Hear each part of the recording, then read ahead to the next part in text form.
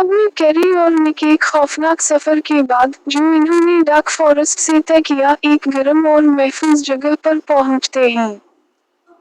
वो हेक्सबी के किचन में दाखिल होते हैं, जो बहुत आरामदेह और पुरअमन महसूस होता है।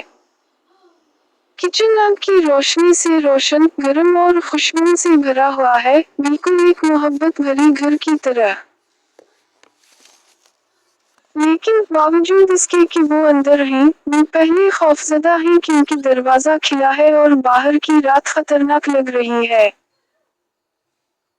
हेक्सबी एक लंबी और मेहरबान औरत, जिसके बाल कॉपर कलर हैं और मुस्कुराहट दोस्ताना है, पुरसुकून खड़ी है और फौरन दरवाजा बंद नहीं करती। कैरी जल्दी से उसे दरवाजा बंद करने के लिए कहती है, क्योंकि वो समझती है कि कोई खतरनाक चीज उनका पीछा कर रही है। कैरी बताती है कि मिस एवंस ने इन्हें गुज लेने भेजा था, लेकिन कुछ उनका पीछा कर रहा था और अजीब गॉबलिन की आवाजें आ रही थीं। हेक्सबी और एल्बर्ट सैंडविच, जो किचन में मौजूद हैं, आराम से बताते हैं कि ये क्रिएचर खतरनाक नहीं है। ये दरअसल मिस्टर जॉनी है, एक बेज़रर शख्स जो बात करते वक्त अजीब गॉबलिन की आवाजें करता है। जल्द ही मिस्टर जॉनी सामने आता है। वो छोटा, शर्मीला और थोड़ा अजीब दिखाई देता है। वो साफ बात नहीं कर सकता और अजीब आवाजें निकालता है, जिसकी वजह से बच्चे डर गए थे। कैरी इसे छूने से भी डरती है, लेकिन निक मेहरबान और पुरइत्मीनान है। निक अपना तारुफ कराता है और बगैर खौफ के मिस्टर जॉनी से बात करता है। ये निक की बहादुरी और मेहरबानी दिखाता है। इसके बाद हेक्सबी बच्चों के लिए खाना तैयार करने लगती है और कैरी को एल्बर्ट के साथ गुज लेने भेजती है। कैरी और एल्बर्ट डेयरी रूम में जाते हैं, जहां गुज तैयार है। कैरी मिस्टर जॉनी के बारे में मजीद जानती है। एल्बर्ट बताता है कि वो पागल नहीं, बल्कि सादा और मासूम है, और हेक्सबी ने बचपन से इसकी देखभाल की है। एल्बर्ट ये भी कहता है कि हेक्सबी एक वाइज वुमन की तरह है जो लोगों को हद से शिफा देती है। एल्बर्ट खुद पहले बहुत बीमार था, लेकिन हेक्सबी ने उसकी सेहत बहाल की। कैरी ये भी जानती है कि एल्बर्ट को किताबें बहुत पसंद हैं क्योंकि घर में एक बड़ी लाइब्रेरी है। वो कैरी को लाइब्रेरी दिखाता है, जो फर्श से छत तक किताबों से भरी हुई है। लाइब्रेरी में एल्बर्ट कैरी को एक छोटा स्कल दिखाता है, जो एक बॉक्स में रखा है। वो बताता है कि बाज लोग समझते हैं ये एक अफ्रीकन बॉय का स्कल है, लेकिन एल्बर्ट कहता है कि ये कहानी सही नहीं है। इसके इल्म के मुताबिक ये एक बालिग औरत की स्कल है, ना कि लड़के की। कैरी थोड़ी डरती है, खौफ इस बात का है कि ये किसी हकीकी शख्स की थी जो अब फौत हो चुकी है। वो वापस किचन आते हैं, जहां मजेदार खाना तैयार है, मिन्स पाइज, हैम, ब्रेड, बटर और मिल्क। खाना बहुत लजीज लगता है और निक खुशी से खा रहा है। मिस्टर जॉनी भी उनके साथ टेबल पर बैठता है। अब कैरी कम खौफजदा है और इसके करीब भी बैठ जाती है। एल्बर्ट हेक्सबी से स्कल की कहानी सुनाने के लिए कहता है। पहले वो कहता है कि ये फजूल बात है, लेकिन हेक्सबी कहती है कि उन चीजों का मजाक ना उड़ाओ जो तुम नहीं समझते। फिर हेक्सबी एक उदास और पुरस्कार कहानी सुनाती है। वो कहती है कि बहुत पहले एक अमीर खानदान ने एक नौजवान अफ्रीकन बॉय को बतौर नौकर अपने घर लाया। लड़का अपने घर और खानदान से बहुत दूर था और बहुत उदास और तन्हा हो गया।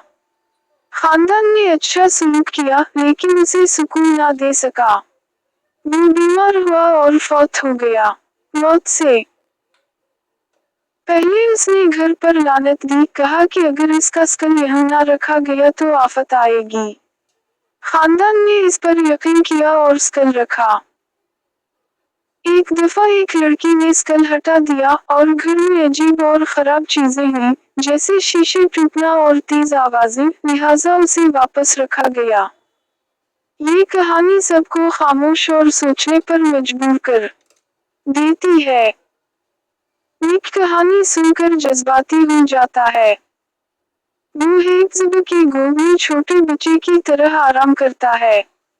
हेक्सब इसे मोहब्बत से तसल्ली देती है। कैरी हसद महसूस करती है क्योंकि वो भी मोहब्बत और सुकून चाहती है लेकिन मांग नहीं सकती। जल्द ही कैरी को याद आता है कि इन्हें घर वापस जाना है, हालांकि वो दोबारा डार्क फॉरेस्ट में चलने से डरती है। एल्बर्ट पेशकश करता है कि वो उनके साथ जाए, लेकिन हेक्सब इनकार करती है क्योंकि वो अभी बीमारी से कमजोर है। इसके बजाय वो कहती है कि मिस्टर जॉनी इन्हें महफूज तौर पर ले जाएगा। वो वजाहत करती है कि मासूम लोग जैसे मिस्टर जॉनी बुराई को अपनी तरफ नहीं खींचते। फिर मिस्टर जॉनी इन्हें फॉरेस्ट से ले जाता है। इस बार कैरी खौफजदा नहीं है क्योंकि मिस्टर जॉनी की अजीब आवाज अब दोस्ताना और सुकून देने वाली लगती है। निक भी उसे समझता लगता है और बातें करता है जैसे वो गुफ्तगू कर रहे हों।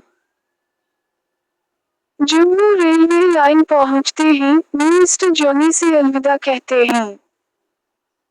कैरी समझती है कि वो सिर्फ मेहरबानी से उनसे बात करना चाह रहा था। वापसी पर निक बताता है कि मिस्टर जॉनी ने कहा कि वो इन्हें पसंद करता है और दोबारा आने की ख्वाहिश रखता है। निक ये भी कहता है कि मिस्टर जॉनी ने देखा कि कैरी हसद कर रही थी जब निक हेक्सब की गोद में बैठा। कैरी इनकार करती है, लेकिन अंदर से वो जानती है कि ये सच है। वापसी के रास्ते में निक उदास हो जाता है और कहता है कि वो हमेशा हेक्सब के घर में रहना चाहता है क्योंकि वहाँ गर्मजोशी और मोहब्बत है। वो नहीं चाहता कि वो मिस्टर एवंस के घर वापस जाए क्योंकि वहाँ सर्दी और नाखुशी है। कैरी इसके जज्बात समझती है, लेकिन वो उसे मजबूत रहने और हकीकत कबूल करने को कहती है। वो मिस्टर एवंस के कौल को दोहराती है, "Won't must be your master", यानी हमें अपनी ख्वाहिशात पर काबू पाना चाहिए। वो निक को मजबूत रहने और वापस चलने पर मजबूर करती है। मजमूई खुलासा ख्याल। ये बाब दो घरों के दरमियान शदीद फर्क दिखाता है, मिस्टर एवंस का सर्द और सख्त घर और हेक्सब का गर्म और मोहब्बत भरा घर। इसमें अहम किरदार जैसे हेक्सब और मिस्टर जॉनी मुतारफ होते हैं। ये मेहरबानी, खौफ, मासूमियत और जज्बाती सुकून की मौजूद सिखाता है और दिखाता है कि निक और कैरी खुशी, घर और ताल्लुकात के गहरे जज्बात को समझना शुरू करते हैं। नीचे सवालात के जवाब भी आसान उर्दू में तर्जुमा कर दिए हैं। कैरी और निक जंगल के पार जाने के बाद कहाँ जाते हैं? वो हेक्सब के किचन में जाते हैं। किचन कैरी और निक को कैसा लगता है? ये गर्म, महफूज और पुरअमन लगता है, बिल्कुल एक मोहब्बत भरी घर की तरह। घर के अंदर कैरी क्यों डरती है? क्योंकि दरवाजा खिला है और वो समझती है कि कुछ उनका पीछा कर रहा है। कैरी और निक को गूंज लेने कौन भेजता है? मिस एवंस भेजती है। अजीब गॉबलिन की आवाज कौन कर रहा था? मिस्टर जॉनी कर रहा था। मिस्टर जॉनी कौन है? वो एक बेज़रर और सादा शख्स है जो साफ बात नहीं कर सकता। बच्चे मिस्टर जॉनी से क्यों डरते हैं? क्योंकि वो अजीब आवाजें निकालता है और दिखने में मुख्तलिफ है। निक मिस्टर जॉनी के साथ कैसा बर्ताव करता है? वो मेहरबान होता है और बगैर खौफ की बात करता है। ये निक के बारे में क्या जाहिर करता है? ये दिखाता है कि वो बहादुर और मेहरबान है। कैरी और एल्बर्ट कहाँ जाते हैं? वो डेयरी रूम जाते हैं गुज लेने। एल्बर्ट मिस्टर जॉनी के बारे में क्या कहता है? वो कहता है कि वो पागल नहीं, सिर्फ सादा और मासूम है। हेप्ज़िबा कैसी शख्स है? वो मेहरबान है और एक वाइज वुमन की तरह लोगों को हब से शिफा देती है। एल्बर्ट को सबसे ज्यादा क्या पसंद है? वो किताबें पसंद करता है। कैरी लाइब्रेरी में क्या देखती है? वो बहुत सी किताबें और एक छोटा स्कल देखती है। लोग स्कल के बारे में क्या समझते हैं? वो समझते हैं ये अफ्रीकन बॉय का है। एल्बर्ट स्कल के बारे में क्या कहता है? वो कहता है कि ये बालिग औरत का है, लड़के का नहीं।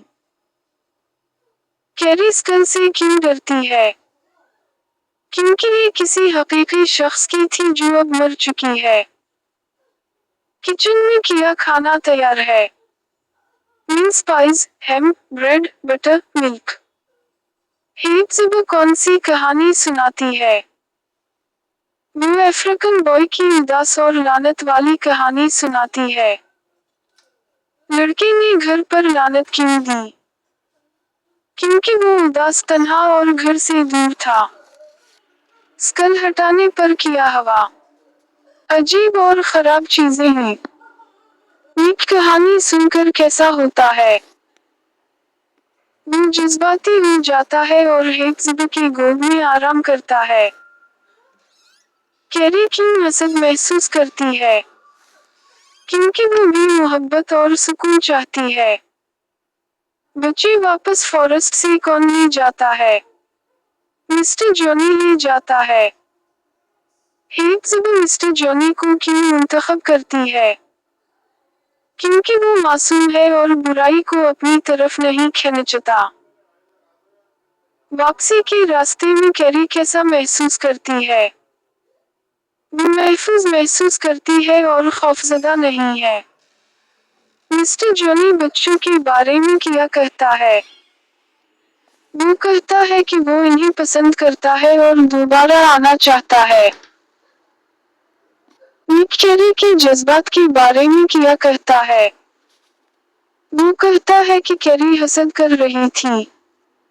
निक हमेशा कहाँ रहना चाहता है? वो हेप्ज़िबा के घर में रहना चाहता है।